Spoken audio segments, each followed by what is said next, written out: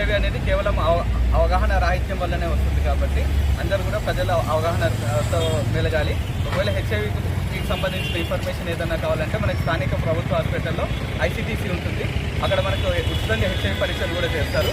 కాబట్టి దీన్ని ప్రజలందరూ కూడా ఉపయోగించవలసిందిగా మనం చేసుకుంటున్నాం.